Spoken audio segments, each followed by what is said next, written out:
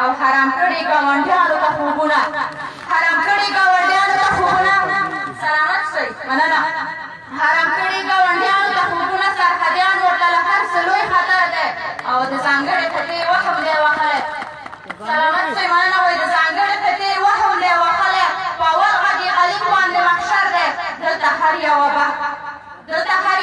ابرهه به کړي نابوده دلته هر یو ابرهه به کړي نابوده دا د ځمکې ابابیل ویستی لښکر دی او د عامه نظم پولیسو نه قربان شم خپل خدمت کړي که ماښام دی او که سهر دی چې افغان ډېره زیاته مننه چې افغان زمري به یې جګړې راوباسي د غلیب د زړه نه یو الله خبر دی او ښکاري دا چې د غلیب خونه شوه ړنګه خدای د خیر کړي توفاني هر نظر دی او شاته مه ګوره ورځه مخته زمريه فیروزه در سره مله تر هر ډګر دی اوس هم ډېره زیاته مننه اوس هم یو چاربیت دی وایي یا دې زما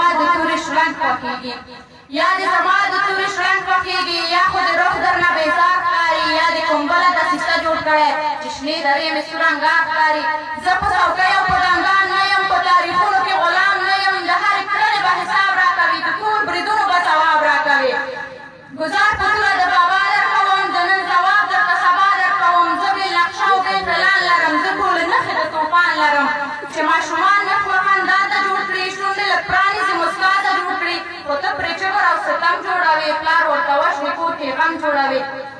غلیمه نور ستم په ځان مه اخله زما د صبر امتحان مه اخله درته معلومې کارنامې دي زما تاریخ کې پاتې افسانې دي زما زه فیروزه به سر ترې زار کړمه لکه ملال یا کزار کړمه د زړګي ستړی د افغان ورانه وې چې ته یې کور افغانستان ورانه وې په بخښنې سره یو درې ټاپیزې دي سلامت شي مننه وروره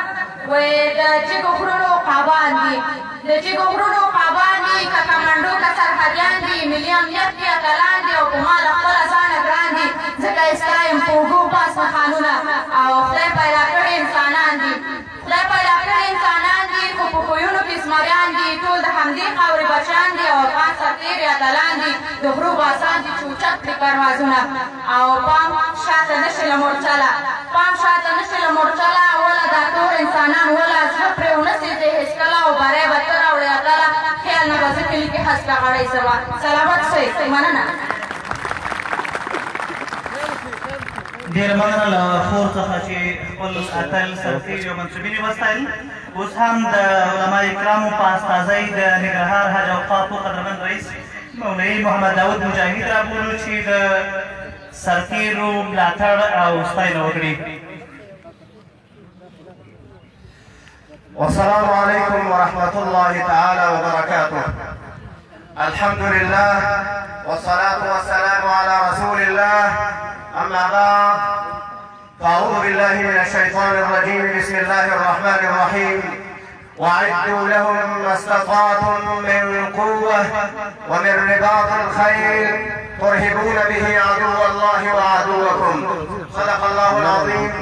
ننګرهار ولایت ګوند او قدرمند والي صاحب نظامي او ملکي قدرمند رهبري جناب علماء کرامو زموږ معززو ولسونو خویندو او وروڼو نن هغه ورځ ده چې موږ او تاسې د خپلو هغو بچیو چې د افغانستان لویشت خاورې د خپلو وینو په نظرانه کولو باندې د سوسار ژوندون لپاره تاسې ته ازاده کړې ده دا هغه سربازان دي چې د افغانستان په تاریخ کې هر ځل په هر زمان کې هر هغه څوک